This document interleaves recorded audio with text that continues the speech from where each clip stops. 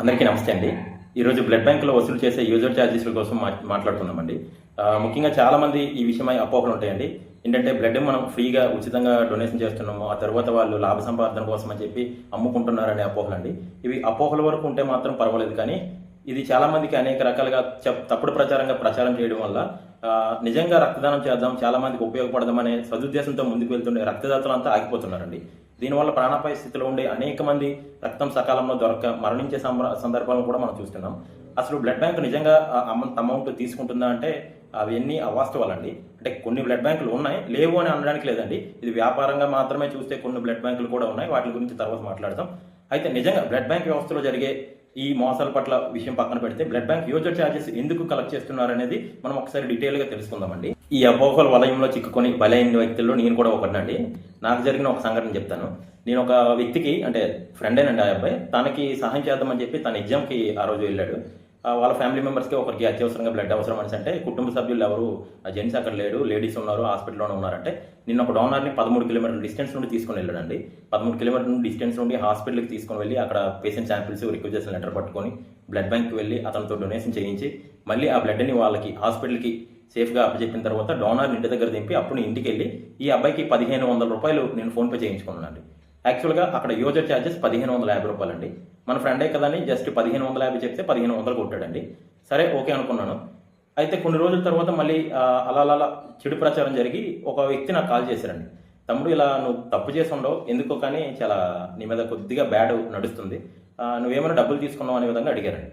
నాకు ఒక్కసారిగా ఫీజులు ఎగిరిపోయి ఏమైంది ఏంటి అర్థం కాలేదు. అంటే ఇప్పుడంటే నవ్వుతున్నాను, కానీ ఇంకా 2-3 రోజులు అయితే నాకు చాలా ఇబ్బందిగా అనిపించింది. ఎందుకంటే నేను అక్కడ డొనేషన్ చేయించిన వ్యక్తికి తీసుకొని వచ్చి మళ్ళీ డొనేషన్ చేయించి ఇంటికి తీసుకొని వెళ్ళి ఈ విధంతా చేయడానికి ఒక 25 కిలోమీటర్లు నా శ్రమతో నేను ముందుకు వెళ్ళడము, నా టైం ఇవ్వడము, అదేవిధంగా అక్కడ పెట్రోల్ ఛార్జెసే కానీ ఎక్స్ట్రా 50 రూపాయలు నేను పెట్టుబడి పెట్టడమే కానీ ఇవన్నీ నేను సేవ అనుకున్నానండి. కానీ అక్కడ జరిగిన విషయం ఏంటంటే, రాంబాబు బ్లడ్ సర్వీస్ అని చేస్తాడరా, నిజంగా సర్వీస్ ఏం కాదు, నా దగ్గరే 1500 రూపాయలు దుబ్బాడు.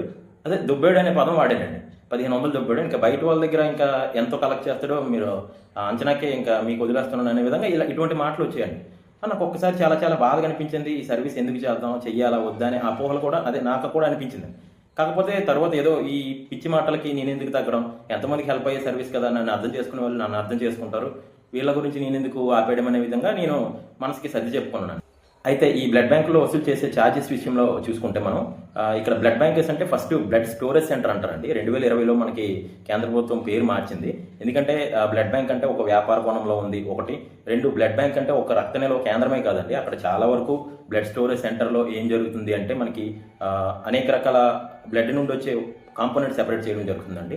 ప్లాస్మా కానీ అయితేనేమి, పిఆర్బీసీ ప్యాకెట్ రెడ్ బ్లడ్ సెల్స్ అయితేనే కానీ, ప్లేట్లెట్స్ అయితేనేమి కానీ ఇటువంటివన్నీ సెపరేట్ చేస్తారండి. ఎస్డిపి అని సింగిల్ డోనర్ ప్లేట్లెట్స్, ఇలా ఇన్ని రకాల సర్వీసులు చేస్తున్నారు. సేవా దృక్పథం, అదేవిధంగా బ్లడ్ బ్యాంక్ సిబ్బందికి కూడా గౌరవం పెరిగేలాగా బ్లడ్ స్టోరేజ్ సెంటర్ అనే పేరును మార్చారండి. అయితే ఈ బ్లడ్ స్టోరేజ్ సెంటర్లో మనకి ఎందుకు వసూలు చేస్తారు యూజర్ ఛార్జెస్ అంటే, మనం బ్లడ్ డొనేషన్ చేస్తామంటే నిజంగా ఉచితంగా డొనేషన్ చేస్తాం కరెక్టే, కానీ బ్లడ్ మళ్ళీ మనం తీసుకునేటప్పుడు మాత్రం మనకి ఏదో సినిమాల్లో చూపించేటట్లు మనకి ఇక్కడ పక్కన హీరోయిన్కి పడుకోబెట్టి హీరో బ్లడ్ అలా ఎక్కించరండి. ఎందుకంటే అది మాత్రం సినిమాలకు మాత్రమే పరిమితం అవుతుంది. కానీ బ్యాకప్ చాలా ప్రొసీజర్స్ జరుగుతాయి. ఉదాహరణకి నేను ఇప్పుడు బ్లడ్ డొనేషన్ చేసి మీ యొక్క పేషెంట్స్కి బ్లడ్ ఇవ్వాలి అనుకుంటే నాలో HIV AIDS, hepatitis B, VDRL, syphilis, MP, malaria, parasite ఇటువంటి చాలా వరకు టెస్టులు చేస్తారండి. ఈ టెస్టులకు అయ్యే ఛార్జెస్ మళ్ళీ నేనే భరించాలంటే నేను డొనేషన్ చేయడానికి ముందుకు రాకపోవచ్చు. ఆ కోణంలో ఈ ఛార్జెస్ అన్ని ఇప్పుడు చెప్పుకుని సుమారుగా బయట చేసుకుంటే 1550 రూపాయల వరకు అవుతాయండి. ఈజీగా 1500-2000 అవుతాయి. అదేవిధంగా వీళ్ళు బల్క్లో చేస్తారు కాబట్టి కొంత తగ్గుతుందండి. అదేవిధంగా మనం బ్లడ్ కోసం రక్త నిల్వ కేంద్రానికి వెళ్ళేటప్పుడు మనం పాలకి పెరుగుకి వెళ్ళేటట్టుగా గిన్నె పట్టుకుని వెళ్ళమండి. దానికంటే ఒక సెపరేట్ సర్జికల్ బ్యాగ్ ఉంటుంది, CPDA బ్యాగ్ ఒకటి ఉంటుందండి. ఆ బ్యాగ్లో మాత్రమే బ్లడ్ డొనేషన్ కలెక్ట్ చేసి ప్రాసెస్ అంతా ఇప్పుడు చెప్పిన ఈ టెస్టులన్నీ చేసి అప్పుడు డోనర్కి సేఫ్ అని చెప్పి నిర్ధారించిన తర్వాత మాత్రమే ఇస్తారండి. ఈ బ్యాగ్ కాస్ట్ సుమారు 220 నుండి 450 రూపాయల వరకు ఉండొచ్చు. ఇంకా బ్లడ్ డొనేషన్ చేస్తానని రక్తదాత బ్లడ్ బ్యాంక్కి వెళ్ళిననే బెడ్ ఎక్కించి బ్లడ్ లాగారండి. దానికంటూ రక్తదాత క్వాలిఫై కాదని చెప్పి నిర్ధారించడానికి చాలా రకాల టెస్టులు చేస్తారు. అందులో హిమోగ్లోబిన్ ఒకటి, BP ఒకటి, వెయిట్ ఒకటి, ఇలా నిష్ణాతులైన వైద్య సిబ్బంది మాత్రమే ఇది చేస్తారండి. వాళ్ళకి గౌరవ వేతనాలు ఇవ్వాలి. అదేవిధంగా బ్లడ్ బ్యాంక్ యూజర్ ఛార్జెస్ అండి, కరెంట్ బిల్లులు అయితేనేమి, క్లీనింగ్ వర్కర్స్కి ఇచ్చే జీతాలు అయితేనేమి, ఇలా చాలా ఉంటాయండి. ముఖ్యంగా ఆ పరికరాల గురించి చెప్పుకుంటే బ్లడ్ బ్యాంక్లో అత్యాధునికమైన యంత్రాలు ఉంటాయండి. ఈ మెషినరీ కాస్ట్ చాలా చాలా ఖర్చుతో కూడుకున్నది. ఉదాహరణకి మనం బ్లడ్ నిల్వ చేసే ఒక ఫ్రిడ్జ్ గురించి మాట్లాడుకుంటే ఈ రిఫ్రిజిరేటర్ మన ఇంట్లో వాడేదైతే సుమారుగా 10,000 నుండి 50,000 వరకు ఉంటుందండి. కానీ బ్లడ్ మాత్రం అలా ఉండదండి. 2 నుండి 6 డిగ్రీల టెంపరేచర్ గ్రాడ్యువల్గా ఇంక్రీజ్ అవుతూ మళ్ళీ తగ్గుతూ ఉండే విధంగా ఈ ప్రాసెస్ ఆ రిఫ్రిజిరేటర్లో జరగాలి అంటే సుమారు ఆ రిఫ్రిజిరేటర్ కాస్ట్ 10 నుండి 20 లక్షల వరకు కూడా ఉందండి. వాకింగ్ కూలర్ అని చెప్పి, సెంట్రిఫ్యూజర్ అని, బ్లడ్ స్టోరేజ్ అని, అదేవిధంగా సెపరేట్ చేసే మెషినరీస్ అని, ఇప్పుడు HIV AIDS, hepatitis B, VDRL, syphilis, MP, malaria, parasite ఇటువంటి టెస్టులన్నిటికీ చేసే మెషినరీలు అయితేనేమి, ఎస్డిపి కలెక్ట్ చేసే మెషిన్ అయితేనేమి, ఇటువంటివన్నీ కలిపి సుమారుగా ₹1,00,00,000 పై మాటేనండి. ఇంకా డోనర్కి ఇచ్చే రిఫ్రెష్మెంట్ అండి. అదేవిధంగా ఇవన్నీ అయిన తర్వాత ఒక 100 బ్యాగులు కలెక్ట్ అయ్యాయంటే అందులో ఒక 2-3 హెచ్ఐవి ఎయిడ్స్ కానీ, హెపటైటిస్ బి కానీ, ఏదైనా వ్యాధులతో బాధింపబడిన వ్యక్తులు డొనేషన్ చేస్తే ఆ బ్యాగ్స్ అలా డిస్కార్డ్ చేసి పక్కన పడేయమండి. దానివల్ల రూపాయి కూడా ఉపయోగం ఉండదు. ఈ విధంగా ఇటువంటి ఖర్చులన్నీ పోను మనకి ఏమీ మిగలదండి. పూర్తి సేవాభావంతో మాత్రమే నడుస్తుంది బ్లడ్ బ్యాంక్స్. స్వచ్ఛంద సేవా సంస్థలు లేదంటే ప్రభుత్వ సంస్థలు మాత్రమే బ్లడ్ బ్యాంక్స్ నడుపుతాయి. ఈ ఖర్చులన్నీ క్యాలిక్యులేట్ చేసి కేంద్ర ఆరోగ్య మరియు కుటుంబ సంక్షేమ శాఖ అందరిలో ఉండే blood transfusion council guide lines ప్రకారం మాత్రమే ఈ యూజర్ ఛార్జెస్ కలెక్ట్ చేస్తారండి. ఇందులో తినేయడానికి కానీ ఇంకా ఏమీ లేదండి. ముఖ్యంగా పేరులోనే ఉంది రక్తదానం. అంటే రక్తం ఇస్తున్నాం అనకుండా దానం అని మాత్రం అంటున్నామంటే పేరులోనే ఉంది దానం అండి. ఇట్లా అమ్ముకోవడాలు, కొనుక్కోవడాలు అంటే పదాలే లేవు. కాకపోతే కొన్ని బ్లడ్ బ్యాంకులు చేసే మోసాల వల్ల ఈ విధంగా రక్తదాన వ్యవస్థ అనేది కొద్దిగా భ్రష్టు పట్టేది జరుగుతుందండి. అంటే బ్లడ్ మీద వ్యాపారం చేసే వ్యక్తులు అంటే రక్తపు కూడా తింటున్నారండి నిజంగా చెప్పాలంటే. అటువంటి వ్యక్తులు నిజంగా మాట్లాడాల్సిన అవసరం కూడా లేదు. అలానే తప్పు ఎంతకాలం నిలవదండి. చాలా వరకు మనం చూస్తూనే ఉన్నాం. రెగ్యులర్గా సీజ్ చేస్తున్న బ్లడ్ బ్యాంకులు ఎన్నో ఉన్నాయి.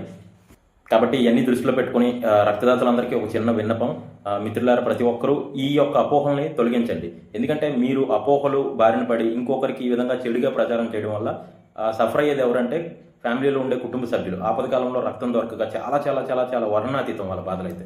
ముఖ్యంగా తలసేమియా పిల్లలు, సికిల్ సెల్ ఎనిమియా ఇటువంటి పిల్లలకైతే పూర్తిగా ఉచితంగా రక్త సరఫరా కేంద్రాలు మనకి బ్లడ్ని ఇస్తున్నాయి.